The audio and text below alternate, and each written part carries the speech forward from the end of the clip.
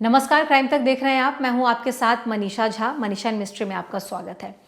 आज हम एक ऐसी नौकरी की बात करेंगे जो बहुत ज़्यादा कुछ दिन पहले सोशल मीडिया पर वायरल था। अगर आपको कोई कहे कि एक साल में आपको $2 मिलियन की सैलरी दी जाएगी और आपको एक दिन में सिर्फ 1 घंटे ही काम करना होगा, $2 मिलियन यानी कि 17 करोड़ रुपए, यानी एक दिन का 4,65,000 रुपये, ये आपकी तनख्वाह होगी और आपको दिन में 1 घंटे काम करना होगा। लेकिन वो काम ऐसा है जिसे करने से लोग डरते हैं, बचते हैं। दशकों से यहाँ पर किसी ने नौकरी नहीं की है। ये सोशल मीडिया पर काफ़ी वायरल था। इसमें कितनी सच्चाई है इस तनख्वाह वाली बात में, ये नहीं पता। लेकिन हाँ, ये जिस जगह की बात हो रही है उस जगह के बारे में आज मैं आपको बताऊंगी। फ्रांस का समुद्री तट है। फ्रांस के पश्चिमी तट पर ला जुमेंट लाइट हाउस, जिसे जुमोन लाइट हाउस भी कहते हैं। लाइट हाउस आपने देखा होगा, एक बहुत लंबी ऊंची इमारत जिसका इस्तेमाल बहुत पहले समुद्र में इसलिए किया जाता था ताकि जो नाव या जो शिप्स वहाँ से गुजरे उन्हें नेविगेशन में आसानी हो, यानी उन्हें रास्ता पता चल सके, उन्हें किनारों का पता लग सके और उन्हें समुद्र में यात्रा करने में आसानी हो सके। इसके लिए इसका इस्तेमाल किया जाता है। लेकिन यहाँ पर जो नौकरी करते हैं उनके लिए ये बहुत ज़्यादा अकेलेपन वाली जगह है, बहुत ज़्यादा रिस्की है और बहुत ज़्यादा खतरनाक भी है। आज बात ला जुमेंट लाइट हाउस की करेंगे।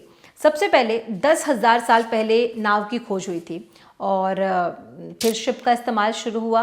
पहले के टाइम में जो समुद्री यात्राएं थी वो बहुत ही ख़तरनाक हुआ करती थी, क्योंकि उस टाइम पर नेविगेशन या कंपास नहीं हुआ करता था। अभी के समय में जो शिप्स होती हैं उसमें कंपास लगा होता है, जिसके मीटर से वो समझ सकते हैं कि नॉर्थ, ईस्ट, वेस्ट, साउथ कौन सी दिशा किस साइड है, इसका पता लगाया जा सकता है। और इसीलिए जो समुद्री यात्राएं हैं वो आसान हो गई हैं। लेकिन पहले ना नेविगेशन था, ना कंपास था, और ऐसे में बहुत मुश्किल होती थी समुद्री यात्राओं को करने में। और ख़राब मौसम का भी अंदाज़ा नहीं लगाया जाता था। इसके चक्कर में कई हादसे हुए हैं, क्योंकि अक्सर क्या होता है कि चट्टान आगे है और उससे टकराकर जो नाव है वो पलट जाते थे और बहुत सारे हादसे हुए हैं। कई बड़े जहाज़ हादसे का शिकार हुए हैं, हज़ारों लोग मारे गए हैं।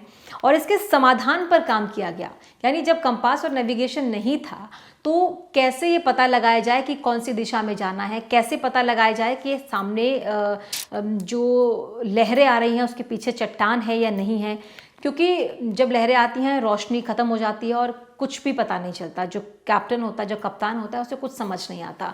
तो इस पर काम किया गया।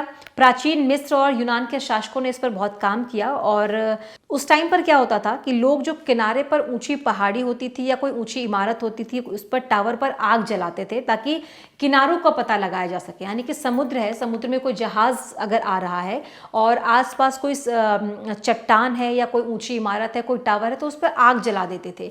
उस आग से पता चलता था कि आगे जो है एक टावर है, जिससे कि नाव वहाँ पर नहीं टकराता था। लेकिन जहाँ ऊंचे पहाड़ नहीं थे वहाँ पर ये वाला तरीका जो है वो भी फेल हो जाता था। वहाँ पर बहुत हादसे होते थे। और इजिप्ट के शहर अलेक्जेंड्रिया में ये हादसे खूब होते थे, क्योंकि एक कोस्टल सिटी था, यानी कि समुद्री तट पर बसा हुआ एक शहर।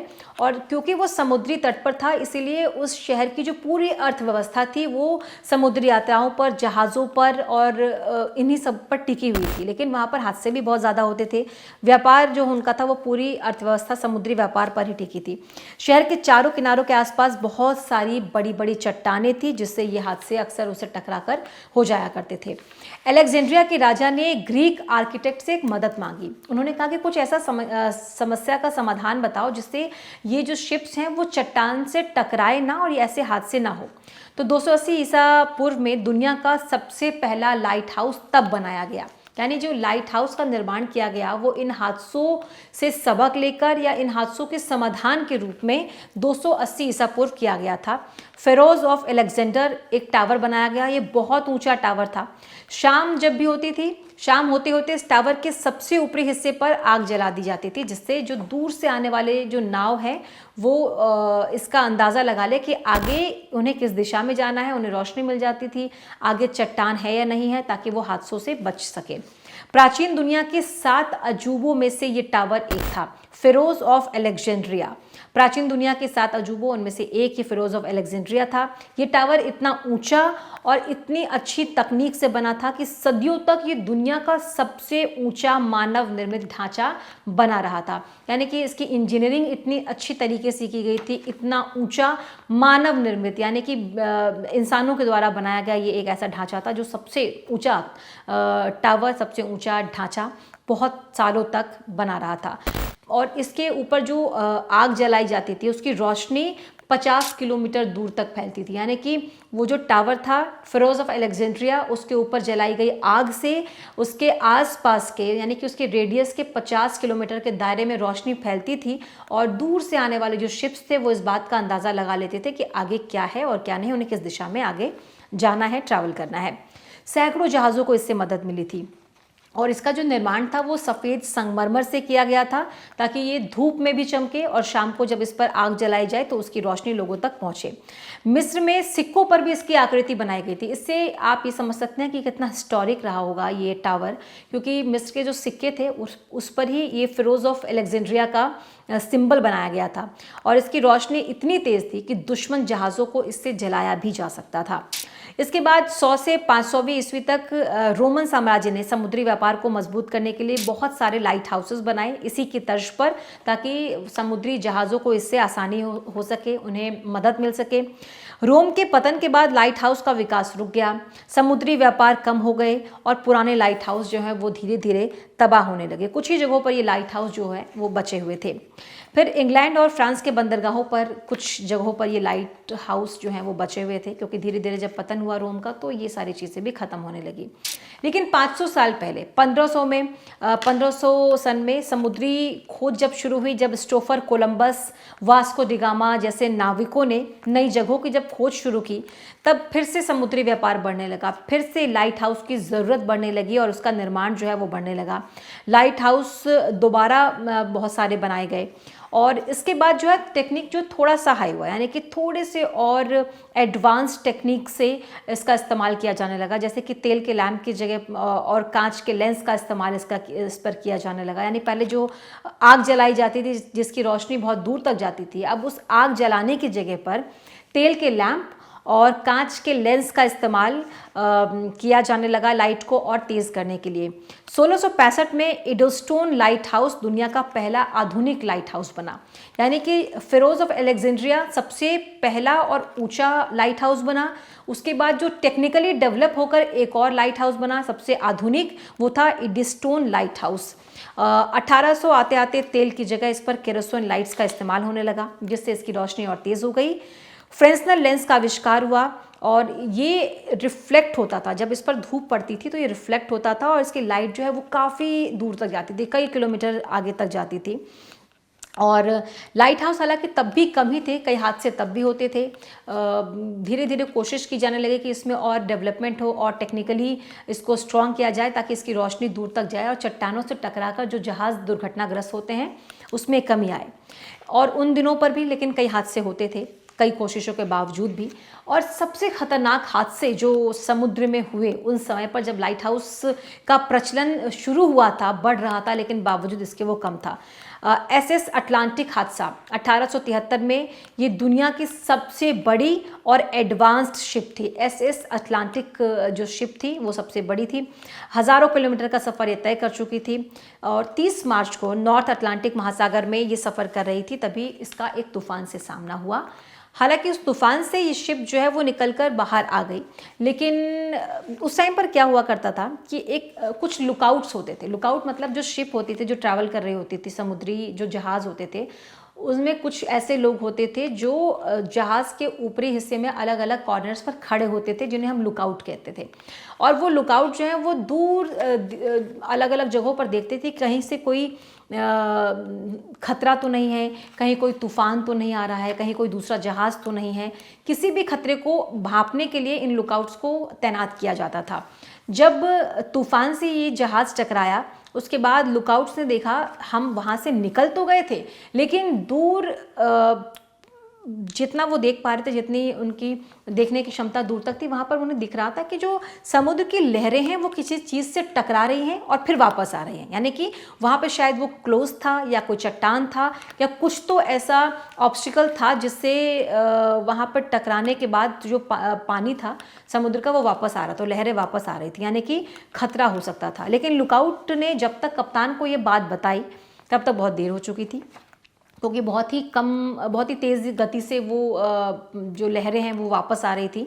और कप्तान को बताया, लेकिन एसएस अटलांटिक चट्टान से टकरा जाती है और कभी ना डूबने वाली एडवांस शिप जो होती है, जहाज़ जो होता है, वो डूब जाता है। इसमें 1000 लोग सवार थे, लेकिन 580 की इसमें मौत हो जाती है, बाकी का रेस्क्यू किया जाता है।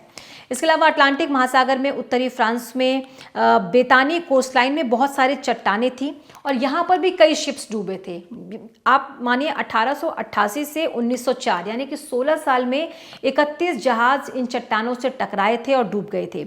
1896 में एसएस ड्रमोंड कैसल नाम का एक जहाज था जो कि फ्रांस के पास चट्टान से टकरा गया, जिसमें 250 लोग मारे गए। तो ये कुछ हॉटस्पॉट्स आप बोल सकते हैं जहाँ पर बहुत ज़्यादा चट्टानें थी। वहाँ पर जो भी जहाज़ जाते थे वहाँ पर टकराकर हादसे का शिकार होते थे और ऐसे में 250 लोग इस एसएस ड्रमोंड कैसल नाम का जो जहाज़ था उसमें सवार थे और इन सबकी जान चली गई। जब एकाएक ये हादसे बढ़ते गए और बहुत सारे लोगों की जान जाती गई, कई नाविक जो है इसमें मर गए। एक तूफान में 50 से ज़्यादा नाव डूब गए और कई सारे नाविकों की जान चली गई। तो इस घटना के बाद जो फ्रेंच सरकार ने फैसला लिया कि कुछ तो ऐसा किया जाए कि इन नाविकों की, इन जहाज़ों की, इनमें सवार यात्रियों की जान को बचाया जा सके। और उन्होंने फैसला किया कि एक ऐसा शक्तिशाली लाइट हाउस बनाएंगे जिसकी रोशनी बहुत दूर तक फैलेगी, जो जहाज़ों को नेविगेट करने में एक कंपास का काम करेगा, उन्हें इस बात को भांपने में मदद करेगा कि आगे कोई चट्टान है कि नहीं, कहीं उनका जो जहाज़ है वो हादसे का शिकार तो नहीं होने वाला है। ऐसा एक शक्तिशाली लाइट हाउस बनाना है। और तभी जुमोन लाइट हाउस, जिसे फ्रेंच में ला जुमेंट कहते हैं, इसका निर्माण शुरू हुआ।